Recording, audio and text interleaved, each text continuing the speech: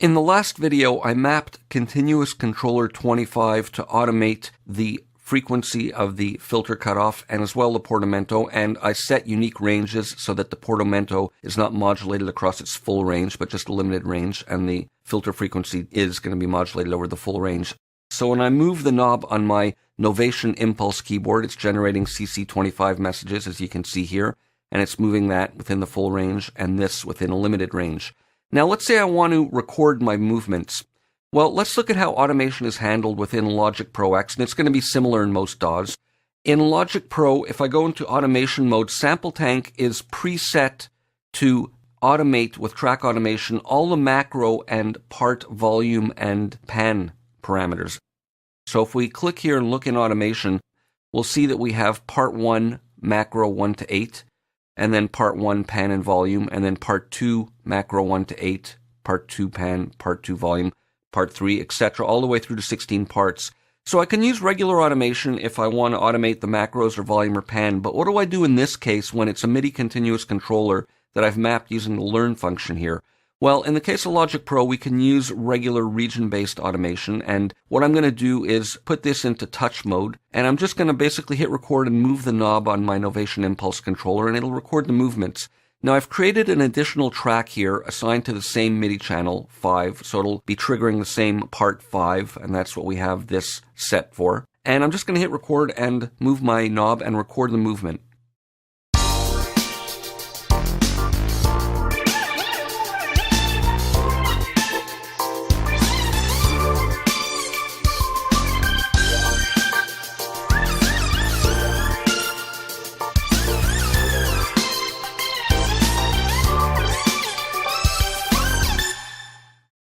So there we go, and you can see the movement here, and let me just hide Sample Tank for a moment, and if we look in the editor, we'll see the automation here, and it's captured the movement, and if I bring back Sample Tank, we'll play it back, and we'll see and hear it move the knobs in real time.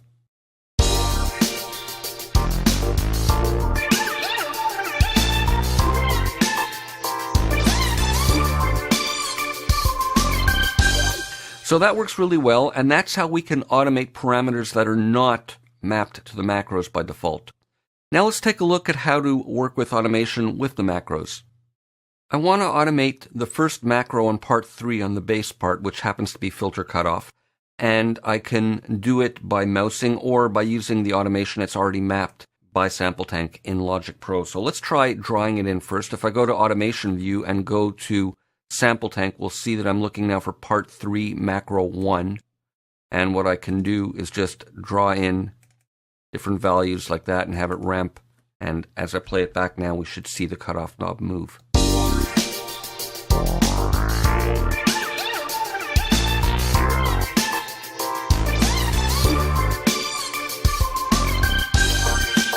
So that works really nicely. Preset track automation for the macros. Let's say I want to try something else. Let me delete this automation to start with. And what I want to do is I want to automate cutoff and resonance, both of them separately with 2 separate knobs on my controller. And they're already set as macros. So what I'm going to do is go into my control panel over here. And I want to reassign the MIDI control number. I want to use MIDI controller 25. I know that's the same knob I used on part 5, but it'll function differently on this one because it's a different part. And I'm going to use 26 there. So let's double click. There's 25 and there's 26. And for resonance, again, I want to limit the range maybe from about 35 to about maybe 80. So let's go OK. And now when I move my knobs, there's 25 and it's automating that parameter in there. And here's knob 26 moving the resonance. And we're just not seeing it right now because the visible lane is for the first macro. But we can record both. So let's put it into record, and I'm going to move both parameters.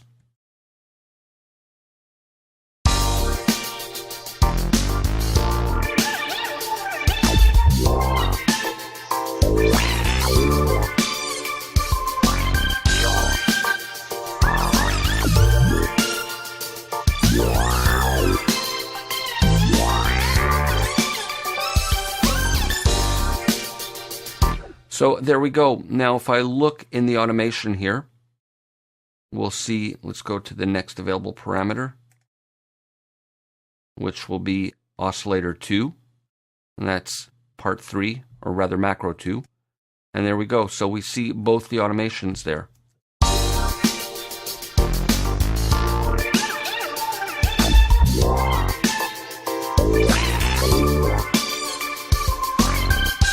Now, just a little footnote for Logic Pro users. We're seeing these lines move because we're viewing those automation lanes here, but there's no actual track automation written. It is written as region-based automation because of the fact that it was a MIDI continuous controller.